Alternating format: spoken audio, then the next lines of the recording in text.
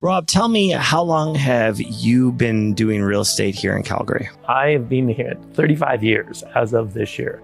What got you into real estate? Necessity of a job that had flexible hours, and I could manage being a single parent. What do you love about your job? I get to meet people at the best times in their lives. So you grow with people, you sell them a starter home, it becomes a relationship of moving them up, moving them down, you become involved in people's lives.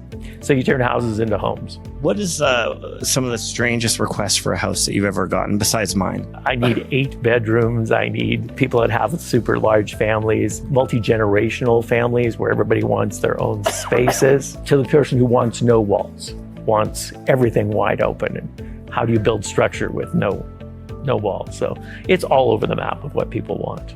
How long have you been in Calgary for? Been here since 1988.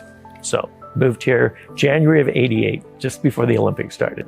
Calgary's a very unique city. It's kind of like the Dallas of the North. Tell me, what makes Calgary a good place to live? I think it's the diversity of it and the fact that there are very few native Calgarians. Everyone has come from somewhere else. So it's a very accepting young city, and people are very quick to get to know their new neighbors. There's not that clique of an old city. I was born and raised in Victoria. If you're not from there, you're kind of an outcast. Here it's all very new and young. So a very vibrant city. It's very accepting and open, and kind of, even though there's like some tradition here, it's very kind of modern in a sense. It is, yeah.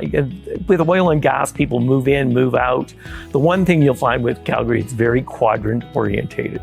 People are born in the Southwest and will die in the Southwest. There's these 4 corners that native Calgarians don't seem to cross. So, but when I moved here, I was working with a realtor. I mean, you got 5 days to move in and buy a house. And she lived in the Southwest, and she was adamant you did not cross that river. It's windier, it's colder. Getting across the river in the morning is a disaster. I mean, she sold me on the Southwest. Yeah. I've been here 36 years. I've always lived in the Southwest. So it's just that you do kind of take up roots in the communities and the facilities and the doctor and the dentist and all that kind of thing. So you do kind of get entrenched in where you are. I'm originally from Saskatchewan, and I love the prairies. I like being able to see. Does that make Calgary kind of a special place in a sense? Because like you have everything you could possibly want. I think so. I mean, it's a quick run to get to the mountains, to go out to Banff, so it's very convenient to go other places, but there's the diversity within the city as well. And we're very mobile. We have a good highway system, and people think nothing of going for coffee an hour away. Where if you were in Vancouver, if you can't walk to the coffee shop, chances are you're not going to the coffee shop. Yeah. Albertans are very much hop in the car and go. What are some things you do for fun? Well, I'm big on my garden. I have a rather elaborate backyard. Do a lot of entertaining. I like to cook. I like my wine. It's mostly around home. Do you find that's another nice thing about Calgary, because you can still get pretty big spaces, or is Calgary getting filled up and the yards are being shrunk? Or I mean, the new developments, the yards are smaller, and that's simply the cost of development. To put in the infrastructure, developers are trying to shrink the lots to maximize how many properties they can get in. When I moved here from BC, I lived on an island. I thought everyone would have huge lots because, kick out the gophers and spread out. But in fact, the lots were bigger on the island than they are here. But it's the cost of infrastructure and the fact that we don't use our yards a few months of the year.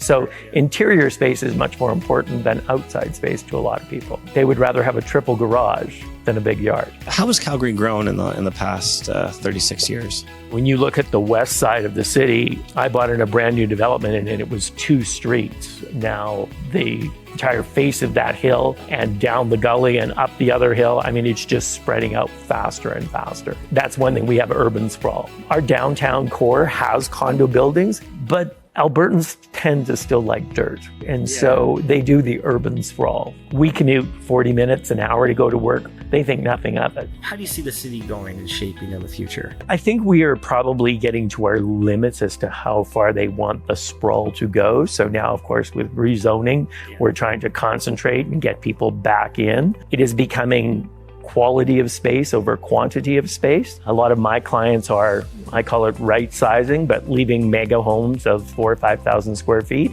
They're not moving to anything small. They're moving to a 2,000 square foot bungalow, but they're right sizing for their lifestyle as opposed to bigger and bigger and bigger. What's the biggest house in Calgary? Oh, size-wise? There's a couple that are probably 15,000, 20,000 square feet. There are some large 7,000, 8,000 square foot ones in Mount Royal, but you don't have the land available to build those mega houses. So they tend to be more country residential. And there are some mega houses out there. So if someone is starting out and they want to get a home in Calgary, so they just have enough money to get a down payment, where would you suggest they start? I think it all depends on what their lifestyle is. If you want to be inner city, if you work downtown, live downtown, you may end up in a townhouse or a half duplex to be close to downtown. If you want a couple of big dogs, you're moving out. Some of the new Southeast neighborhoods are very popular because we have a brand new hospital down there. So nursing staff, medical staff, we have Mahogany, those new neighborhoods with lakes. So people are down there. So it very much depends on your lifestyle and where your extra interests lie. The west side of the city is driven by private schools. There's 4 major expensive private schools. So you get a lot of people that will live there simply because it's convenient for their children. What about like a Fish Creek and Canyon Meadows area or Canyon Meadows Drive area there? Is that still a good area? That's where I used to live. It's an established neighborhood. Those houses are in, the estate part are maybe 25, 30 years old, and the older part, they're maybe 50 years old.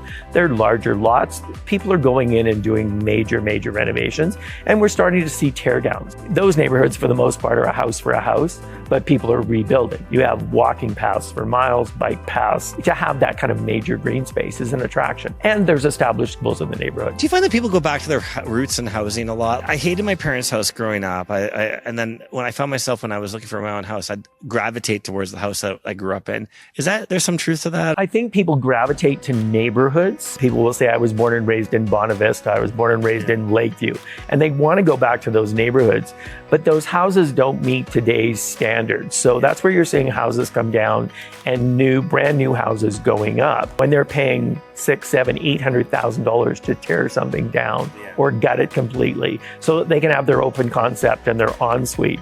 Because the house they were raised in was 3 bedrooms and 1 bathroom, and nobody's going to live like that anymore. But they want the neighborhood, and they want the feeling, and they want the lake. Is some of the quality in those old houses better? I've watched a show about that. A lot of the wood is better. Like, could you renovate a house and make it, like, keep some of the frame? Well, you can. And most certainly people do.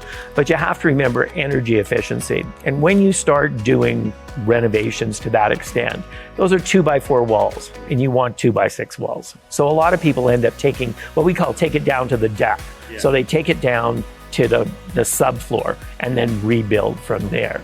Or you're trying to renovate and get efficiencies. Tell me about your house. I've been in my house for 25 years. It was a new house when I moved in. It's very much an open kitchen, back of the house for entertaining. Does have a formal living room that never gets used. Bigger bathrooms, bigger closets, the important stuff. And I've lived in what I call oldie moldies. I'm in Victoria. I've lived in heritage houses. They have their own challenges. Yeah. They're cool. They've got neat features. They're hard to live in. What do they have to do to buy a house right now? Like, is it a good time to buy? I'm in the business, so it's always a good time to buy. And most people can't save fast enough to keep up with what the market's going up. So, if you have a down payment, or you can get access to a down payment, I always think it's better to buy. You're paying your own mortgage, not someone else's. I think the first thing is to realistically look at your finances. What can you afford? What are property taxes going to be? What are all the additional costs of owning a home? Because you don't want to be house poor. And I always say when I'm working with younger buyers is that if the bank says your maximum is whatever that number might be, go slightly below, because you do not want to be stretched to the absolute last dime every month for what you can afford.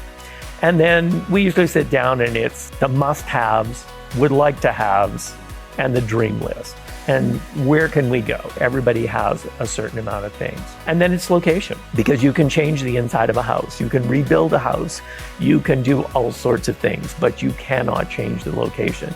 So a poor location that's for sale cheaper will always be cheaper when you go to sell it, because you're never going to change. When should someone downsize? When it feels right for them. I get told all the time that my house is way too big for me. And it is. Realistically, I'm in too much square footage for one person. I enjoy my house. I use my house. I worked hard for my house, and I'm not going to downsize. When I can no longer handle the house by myself and look after it and look after the yard, then it's time to downsize. But I mean, I had a couple, they're in their 80s. They just bought something bigger this year because they moved from a mega house to a small place, and they had a place in Palm Springs. They decided to let their house in Palm Springs go this year. And if they're going to be here 12 months of the year, they don't want to be in the small house. So they upsized. So I think it's right sizing for the time in your life and what's going on in your life. Are you a maximalist or a minimalist? Oh, max.